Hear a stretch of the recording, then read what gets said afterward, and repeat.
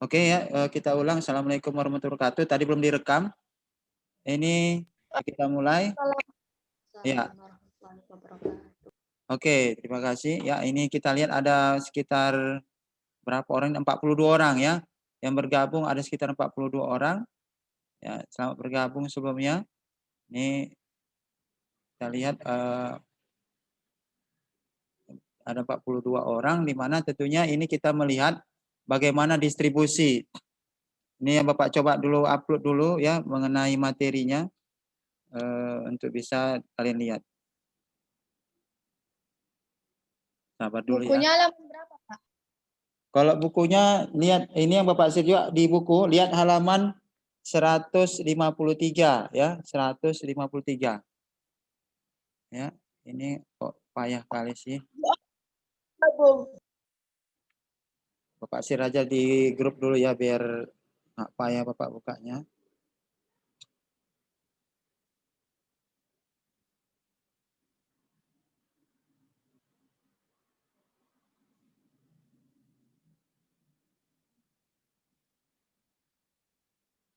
Ya bentar ya, ini Bapak coba share materi dulu supaya bisa kalian lihat. Juga ini bisa kalian lihat di bukunya ya, halaman 153 ya.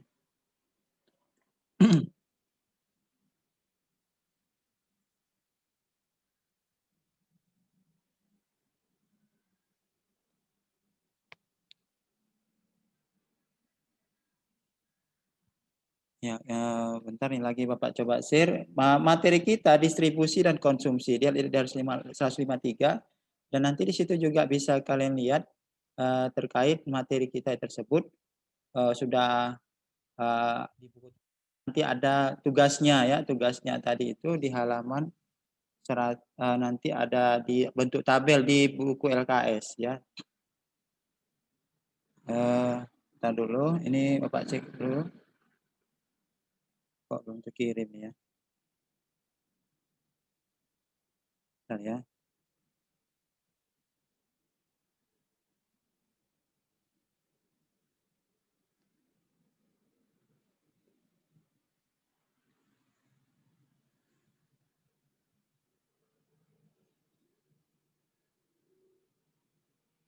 Membaca 71.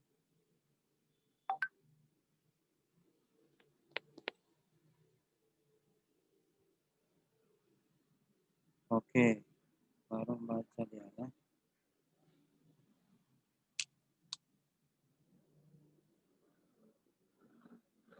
Bentar dulu.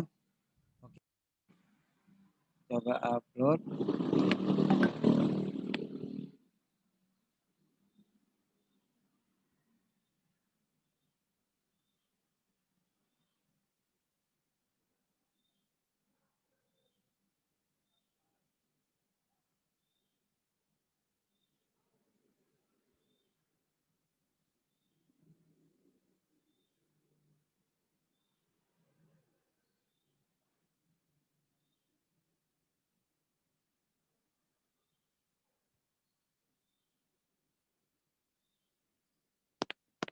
Oke, udah tampil. Ini akan Bapak coba share screen. Ya, ini dia. Pak, masih 7 orang, Pak, yang bergabung, Pak. Iya. Gimana? Udah yang udah bergabung kita lihat sudah ada ya. Ya. Oke, ini Bapak jelaskan distribusi. Yang bergabung sudah banyak ya. Udah 42. Kita cek tadi nih 40. Oh, ntar dulu. Ya, waiting room-nya rupanya masih belum diaktifkan rupanya. Oke, gitu. Oke, ya.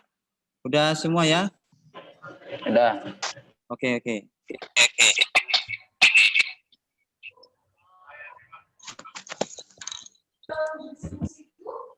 Oke, udah semua ya. Oke, assalamualaikum warahmatullahi wabarakatuh.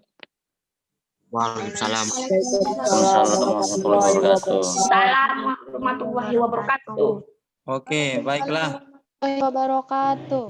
Iya, terima kasih ya. Ini sekarang sudah 47 ya, udah rame ya. sedikit. Ya. Jadi Nanti koreksi. ya di bukunya halaman 153 ya. Di buku halaman 153 bukunya sudah ada, itu di mana Bapak sudah membuatkan juga ya di mengenai distribusi. Distribusi ya tentunya bagaimana barang tadi diproduksi tadi itu sampai kepada konsumen. Tentunya melalui distribusi ya. Ini tar dulu. Masih ada yang ini ya, working room. Padahal udah isi kecil tadi.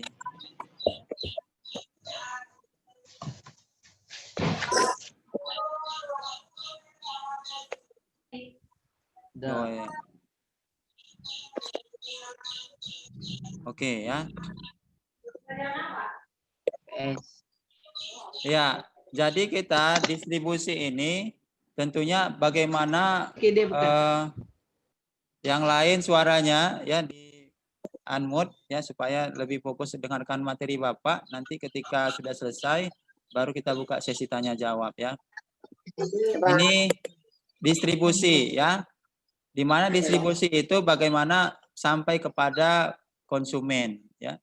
Ini ada kegiatan distribusi, tentunya bagaimana yang pertama adalah distribusi langsung, yaitu penyaluran atau penjualan barang yang dilakukan produsen ke konsumen, misalnya pedagang bakso.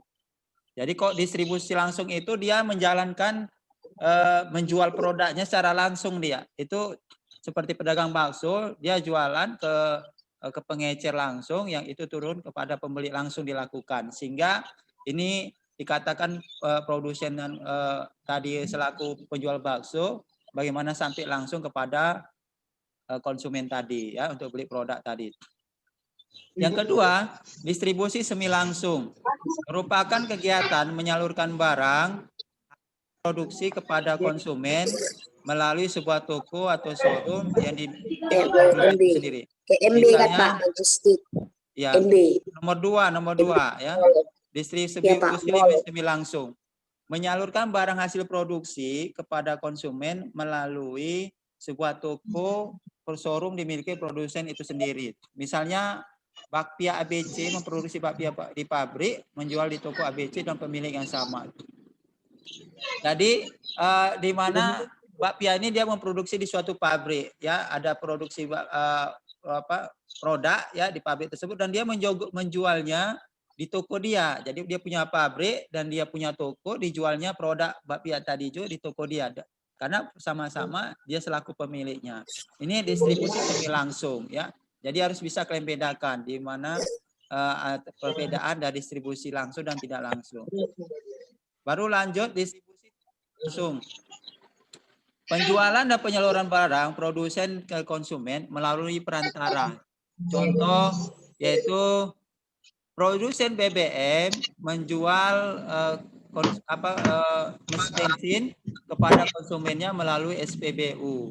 Ya, tentunya ibaratkan kita yang di galon minyak ya, yang di Pertamina itu produsen BBM-nya menjual bensin tapi melalui SPBU. Jadi punya pabrik kilang yang ada mungkin di Belawan dan mungkin di daerah lain itu tentunya dijual melalui SPBU supaya sampai ke konsumen. Itu distribusi tidak langsung karena dia melalui perantara ya, sehingga dia ya bagaimana dalam efektifnya kegiatan penyaluran tadi itu dengan cabang-cabang SPBU yang ada ya, ini dari distribusi tidak langsung. Selanjutnya distribusi. Ada beberapa tujuan distribusi, yaitu kegiatan distribusi yang memiliki beberapa tujuan sebagai berikut.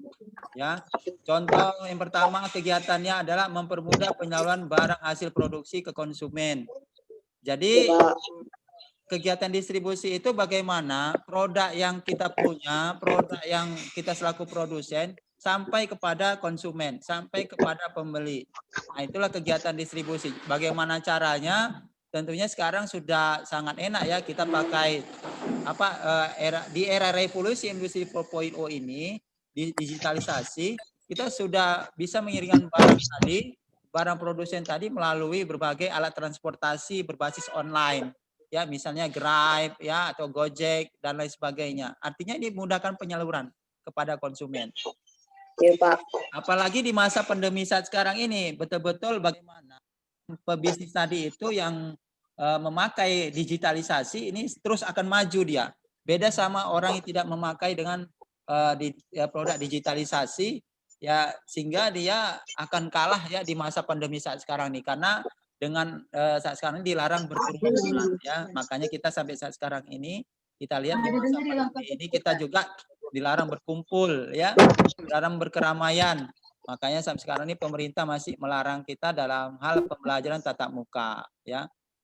Selanjutnya yang kedua, menyebarluaskan barang hasil produksi pada konsumen. Ini pertama. Yang kedua, menyebarluaskan produk sehingga dapat meningkatkan produktivitas. Ya, jadi kita keberhasilan kita di dalam memang betul produk kita tadi bagus adalah bagaimana produk tadi sampai kepada masyarakat ya sebanyak mungkin. Artinya kalau udah sampai banyak, tentunya ini akan secara tidak langsung akan dinyatakan produk kita itu bagus, produk kita berkualitas, sehingga betul-betul kita harus menguasai pasar yang ada di tengah masyarakat tadi itu supaya produk kita laku ya, laris di pasar tentunya. Ini makanya sehingga kalau udah laris, tentunya produk kita habis terjual, dipakai oleh konsumen, dan tentunya kita akan meningkatkan produktivitas kita dari segi produksinya. Yang ketiga, mempermudah sampainya barang hasil produksi kepada konsumen. Jadi tentunya ini dengan kita distribusi, ya, bagaimana mempermudah barang hasil produksi kita. Ya, karena tentunya kalau produk kita sudah ada, tentunya ini inisiatif dari konsumen tadi itu tentunya pasti ingin mengharapkan bahwasanya produk tadi cepat sampai ya kepada ya, sehingga kita selaku produsen ya bisa mampu untuk bisa betul-betul mempercepat ya hasil dari produksi kita. Ya, kepada suaranya ya siapa ini? Ya Yanmud. Selanjutnya memperoleh keuntungan dari jasa distributor. Ya, sehingga jasa distributor ini adalah orang yang menyampaikan barang. Sehingga kita pasti kita selaku produsen menitipkan barang tadi untuk bisa disampaikan ke orang lain. Tentunya secara otomatis distribusi ini yang berjalan akan juga mendapatkan keuntungan jasa dari distributor tadi. Karena tentunya persentase di dalam kita melaksanakan distribusi barang tadi tentunya akan juga mendapatkan keuntungan ya, karena dinilai dari segi kejauhan, kelamaan waktu, dan tentunya ini kesempatan yang diberikan tentunya juga harus diukur dari segi finansialnya. Ya, kita lanjut. Halaman 154, pelaku distribusi. Yang pertama adalah pedagang. Ini pedagang. Untuk pelaku distribusi yang pertama pedagang itu badan yang membeli barang dari produsen yang dijual kembali kepada konsumen. Ya, ini contohnya pedagang grosir atau pedagang kecil. Jadi kita dalam distribusi, bagaimana kita juga untuk bisa pedagang tadi itu salah satu mitra kita, ya, salah satu mitra kita untuk. Halo, bisa dengar? Bisa dengar, Pak. Bisa, Pak. Oke. Bisa. Ya, makanya suaranya tuh bisa ribut ya, diam dulu. Yang kedua, agen. Ini suatu badan usaha yang melayani penjualan barang dan jasa dari produksi dari barang dan jasa di suatu produsen. Jadi tentunya agen ini adalah salah satu orang yang menjembatani bagaimana terlaksananya distribusi tadi. Sehingga dia paling tidak bisa menyampaikan produk kita tadi itu kepada konsumen tadi. Ya, sebagai agen tentunya pasti akan mendapatkan juga keuntungan dari hasil dia sebagai agen tadi. Sehingga adalah pasti istilahnya dapat dari agen ini komisi ya, komisi dari hasil yang dijual. Yang ketiga adalah makelar. Makelar adalah badan usaha yang melayani penjualan barang atau jasa dari suatu produsen, agen tidak mengambil keuntungan langsung pada barang dijual seperti halnya pedagang. Keuntungan oleh agen biasanya berupa komisi. Makelar memperantarai dari proses dengan nama orang lain. Jadi kalau agen tadi dia lebih kepada badan usahanya, kalau ini secara pribadi makelar ya. Jadi seseorang atau badan, tapi lebih seringnya makelar ini seseorang ya, atau juga badan juga, tapi menggunakan nama orang lain untuk bisa menjual produk tadi. Di sini ada juga dicontohkan makelar tanah ya, menjual tanah tadi, sehingga ada misalnya kalian punya tanah, terus kalian minta jualkan sama orang lain, yang itu nanti tentunya dia dapat juga apa namanya komisi juga dari hasil yang sudah kita sampaikan. Misalnya apa namanya Paujan Majid, ya kan? Paujan Majid ini punya tanah yang luas 100 hektar, terus dia mau jual dia, ya, mau dijualnya 90 hektar kepada orang lain melalui perantara Jaskia contohnya, ya kan? Sehingga 90 hektar tadi itu yang di Jaskia tadi melalui makelarnya tadi itu disampaikannya kepada orang konsumen yang ingin memberi tanah. Jadi Jaskia bisa dapat komisi ya melalui si Paujan yang mengasih nanti tentunya. Ini contohnya ya. Yang selanjutnya karena si Paujan ini adalah milioner dia ya. Iya.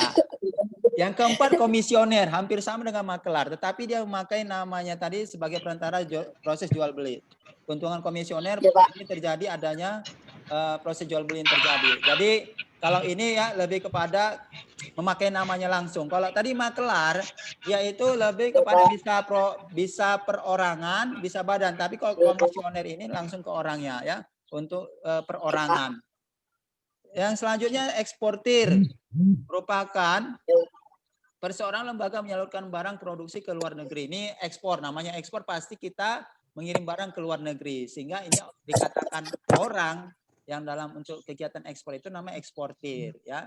Jadi ini langsung barang-barang yang dari dalam negeri untuk kita kirim ke luar negeri itu eksportir. Ya. Selanjutnya importir.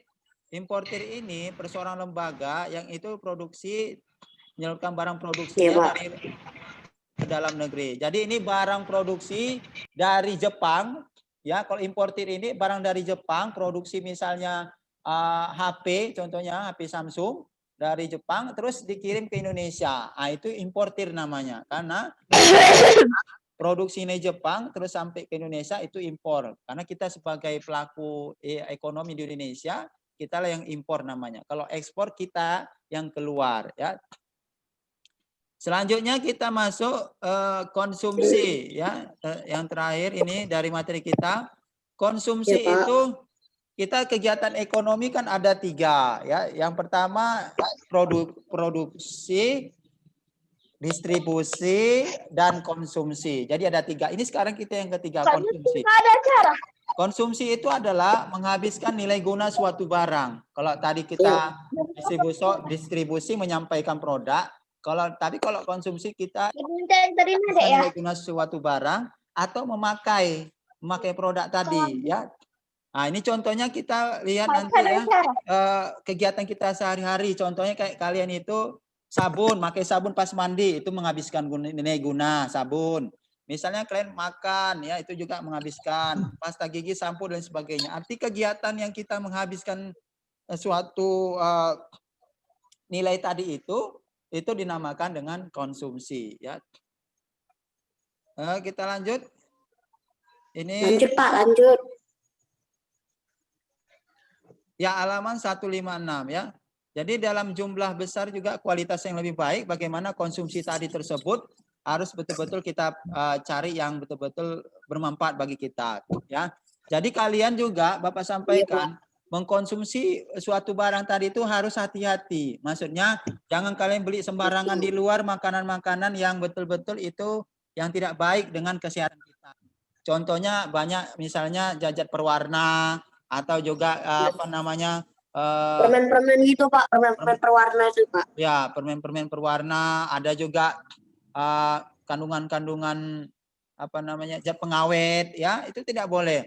Bahkan ada juga ini sebagian Bapak baca juga ini mengenai ada beberapa produk itu yang bisa saja terkandung zat narkoba walaupun sedikit. Ini tidak boleh. Kenapa? Ya, ini makanya kita hati-hati. Lebih baik makanya yang kita makan itu adalah masakan orang tua, ya. Walaupun di luar makanannya enak, tapi belum tentu sehat, ya. Karena kita adalah dianjurkan dari agama kita bagaimana kita mengkonsumsi makanan yang halalan thayyibah, halal dan baik. Kalau enak itu persepsinya nggak tahu kita nanti apakah bagus nggak, ya, konsumsinya, komposisinya, kita nggak tahu. Makanya bagaimana kalian yang bagaimanapun terkait semua makanan-makanan tadi itu adalah masakan dari orang tua kita, ya, tentunya dari mama kita, mami kita, atau juga ibu kita. Jadi ini supaya kita terus untuk bisa menjaga kesehatan kita dalam kesehatan sehari-hari. Selanjutnya ini dari segi harga. Harga merupakan faktor penting dalam mengambil konsumsi barang dan jasa, ya. Ini tentunya kita dalam segi konsumsi ini pasti dilihat dari segi harga. Makanya harga tadi itu kalau kita lihat menentukan dari barang tersebut.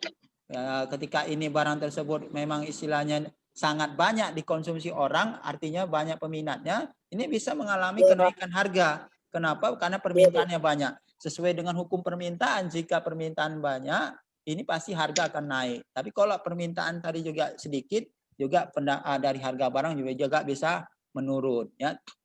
Perkiraan harga barang mendatang.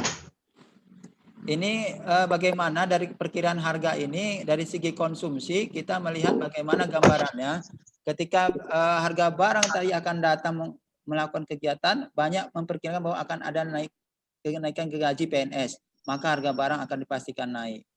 Pada harga barang naik tadi menjelang bulan April akan jumlah lebih besar. Jadi artinya di perkiraan harga barang tadi itu pada masa mendatang ini perkirakan naik. Artinya kalau kita melihat contohnya pada di sini juga diperkirakan gaji PNS naik nih 20%. Jadi masyarakat juga terinsting bagaimana menaikkan harga. Dan lebih pada umumnya kita melihat dari perkiraan harga barang masa mendatang ini kita melihat contohnya pada saat mau naik harga BBM. Di mana harga BBM tadi itu ya ketika dia besok atau seminggu lagi mau naik itu pasti terus. Kenapa? Karena tadi terkait harga barang minyak tadi naik, pasti semua sembako kita ya itu juga akan mengalami kenaikan. Selanjutnya perbedaan selera. Ini selera kita mungkin berbeda sehingga bagaimana sesuai dengan kemampuan kita. Jangan kita paksakan kita kalau kita nggak sanggup dari sisi kita untuk bisa mengkonsumsi barang tadi yang tidak sesuai dengan kemampuan kita, ya. Kalau kita berapa uang kita ada segitu, jangan dipaksakan pula yang nggak mampu kita. Perbedaan jenis kelamin disesuaikan dengan kita. Yang laki-laki pakaian laki-laki, yang perempuan laki-laki. Jangan pula pakaian dia jenis kelamin laki-laki tapi pakaiannya perempuan. Maka banyak seperti ini, ya. Jadi ada juga perempuan yang pakai laki-laki. Nah, ini makanya kalian itu sesuaikan, ya. Jangan pula perempuan pakai rok.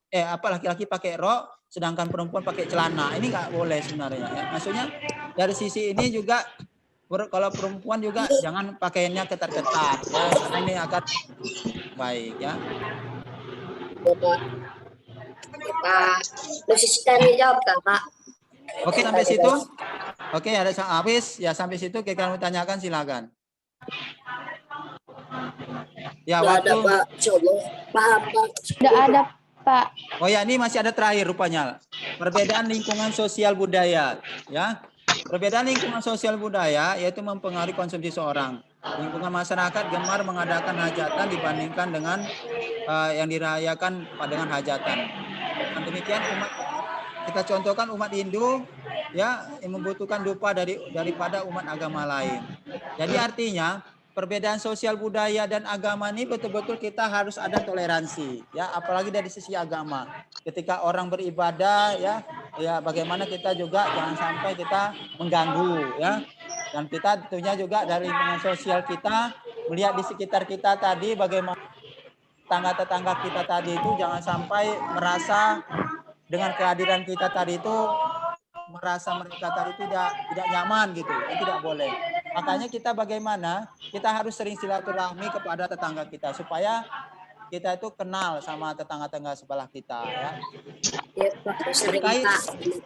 ya, karena ada di beberapa apa kita lihat beberapa orang tetangganya aja dia kenal siapa namanya. Karena sekarang ini orang pada sibuk kepada kesibukannya ya. Makanya inilah perhatian kita bagaimana kita menjalin silaturahim di lingkungan sosial kita ya. Baru mengenai budaya. Terkait budaya, bagaimana budaya di sekitar kita juga pasti berbeda-beda. Sehingga bagaimana dengan kebudayaan-kebudayaan beda tadi itu adalah kita semakin memahami budaya-budaya orang lain tadi, semakin kita juga mengetahui oh seperti ini loh budaya orang ini gitu. Sehingga kita juga akan menambah isi kebudayaan kita. Makanya kita harapkan kalau kita lihat budaya-budaya kita yang sekarang ini bagaimana terkait dengan aturan-aturan kita sehari-hari berdasarkan ini agama. Ya.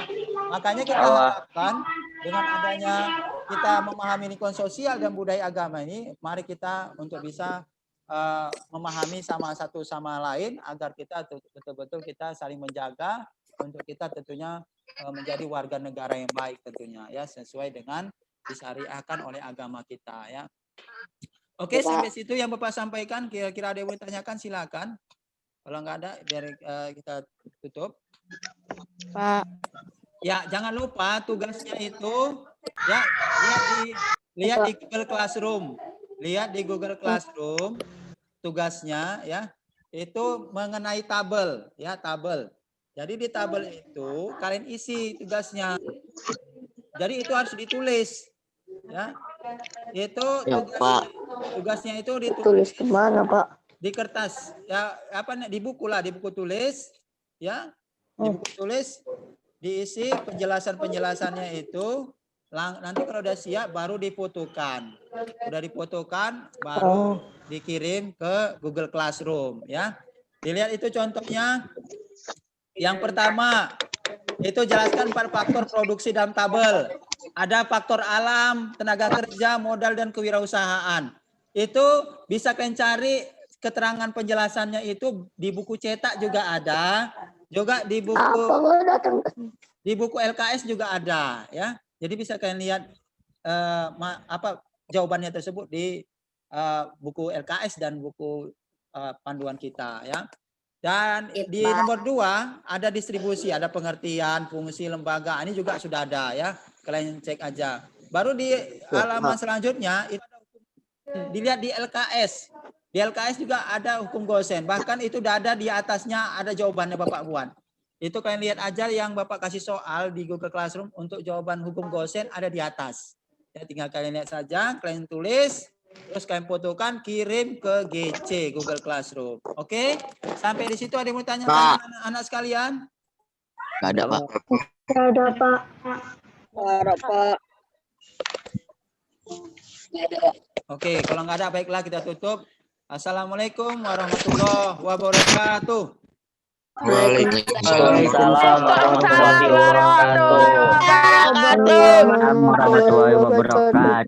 Terima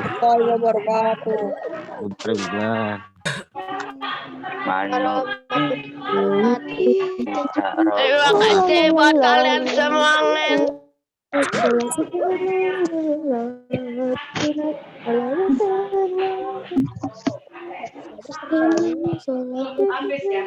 Udah, habis.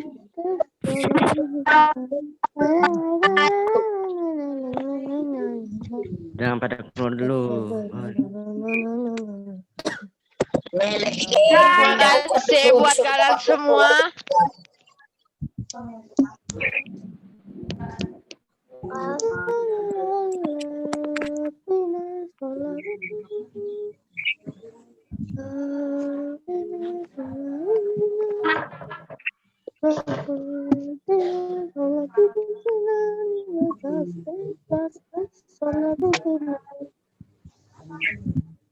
Na na na